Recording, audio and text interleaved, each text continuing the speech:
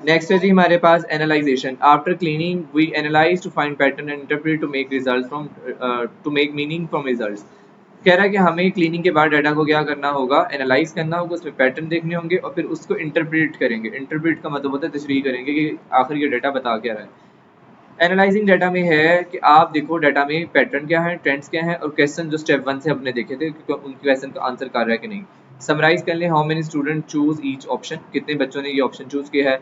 फिर different groups को compare कर लें जिसमें boys versus girls, morning versus evening, और उसमें पैटर्न देखें, मोस्ट स्टूडेंट प्रीफर फुटबॉल और प्लेइंग इन इवनिंग। ठीक है कि मतलब किस तरह का पैटर्न उसमें बन रहा है। फिर उसमें मेजर्स लगा लें, स्टैटिक्स काउंट्स कर लें, एवरेज निकाल लें, फ्रीक्वेंसी ले लें, स्टैंडर्ड डेविएशन निकाल लें, कोरिलेशन निकाल लें, लीनियर रिग्रेशन निकाल लें। ये सारा आपने पढ़ी हुई है ये सारी चीज़ें। स्कैटर प्लॉट कर लें। इन सारी चीज़ों से आप डाटा को क्या करोगे, एनालाइज करोगे।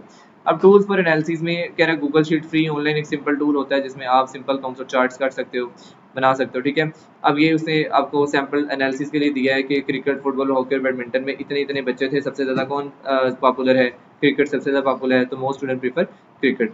उसके बाद हम interpreting data, finding meaning from data. Data से मीनिंग निकालने को बोलते हैं इंटरप्रेट करना, जिसमें आप पैटर्न और ट्रेंड्स को आइडेंटिफाई करके ये चीज़ बताओगे कि ये डाटा आखिर क्या कह रहा है, और ये एक्सप्लेन करेगा कि एग्जिस्ट क्यों करता है।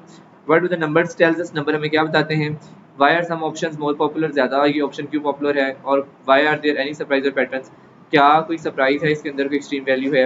If most late student live far from school, कह रहे हैं जो बच्चे लेट आते हैं ज़्यादातर स्कूल से, ओह स्कूल में लेट आते हैं, तो इसमें क्या है, recommend providing transport support as a solution. तो आप उसको ट्रांसपोर्ट प्रोवाइड कर सकते हो, ट्रांसपोर्ट सपोर्ट अपने स्कूल की वैगन बसेस दे सकते हो कि वो स्कूल टाइम पे पहुंच सके। ठीक है, ट्रांसपोर्ट का अगर इशू आ रहा है तो ये इंटरप्रेट हो जाएगा उस डाटा के जो आपने बच्चों से कलेक्ट किया कि वो स्कूल देर से क्यों होते हैं, उसकी रीजन सारी देख के। उसके बाद आ जाएगा विजुअलाइजेशन। फाइनल स्टेप जो है वो है विजुअलाइजेशन। पिक्चर्स की शक्ल में आप, people understand pictures and picture better than number, numbers की निस्बत वो पिक्चर्स को ज़्यादा आसानी से समझते हैं, इसको बोलते हैं डाटा विजुअलाइजेशन।